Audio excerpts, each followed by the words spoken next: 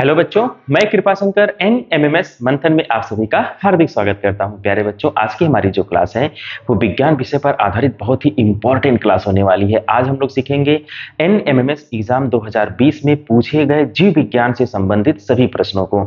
चलिए शुरू करते हैं आज की क्लास। ध्यान दें, सबसे पहला क्वेश्चन जो है एनएमएमएस एग्जाम 2020 में जीव विज्ञान से जो पूछा गया था,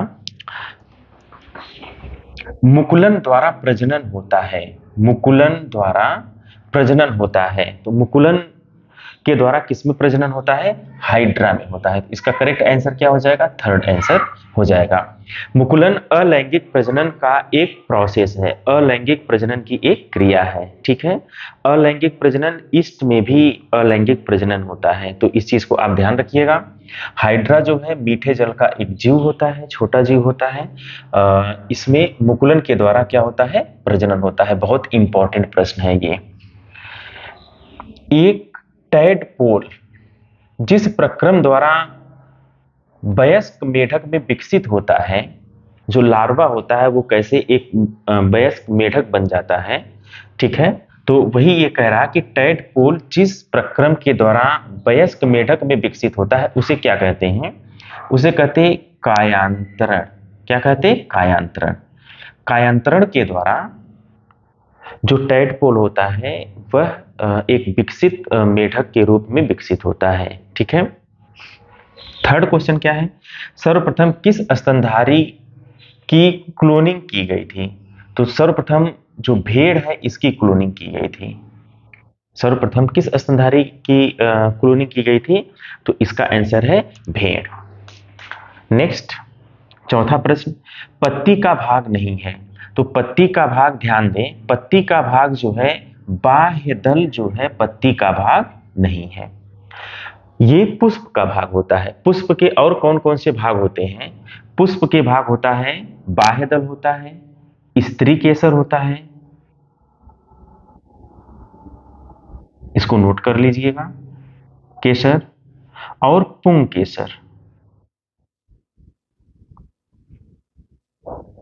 ध्यान दें, बाह्य दल, स्त्री केसर और पुंग केसर, ये जो है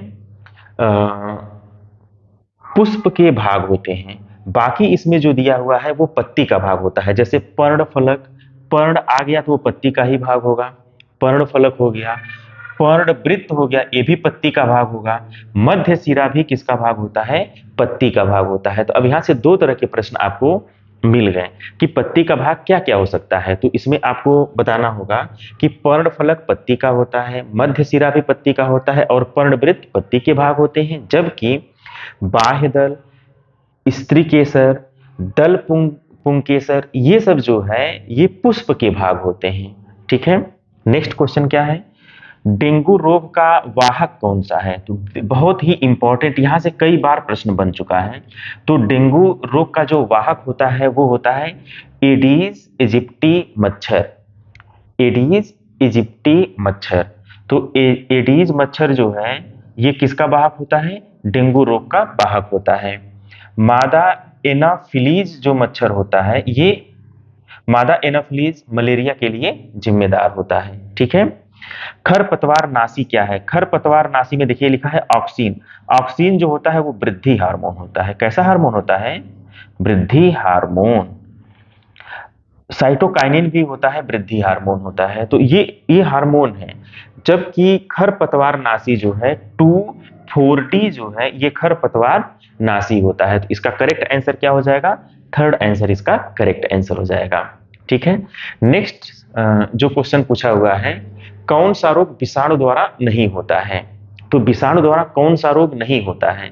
ठीक, तो यहां पे आप ध्यान से देखिए, पोलियो जो है वो विषाणु के द्वारा होने वाला रोग है, खसरा विषाणु के द्वारा होने वाला रोग है, एड्स विषाणु के द्वारा होने वाला रोग है, चिकन पॉक्स विषाणु के द्वारा रोग होता है। तो विषाणु के द्वारा कौन कौन से रोग होते हैं इसकी आप एक लिस्ट बना लीजिए और उसको तैयार कर लीजिए। ये हर साल यहां से एक प्रश्न तो बनता ही बनता है कि जीवाणु द्वारा कौन सा रोग होता है, विषाणु द्वारा कौन सा रोग होता है। इसके पहले भी हम इसका जिक्र कर चुके हैं, जिसका लिंक भी हम डिस्क्रिप्शन बॉक्स में दे देंगे कि जीवाणुओं के द्वारा कौन कौन से रोग होते हैं, आप आसानी से कैसे याद करें ट्रिक के माध्यम से।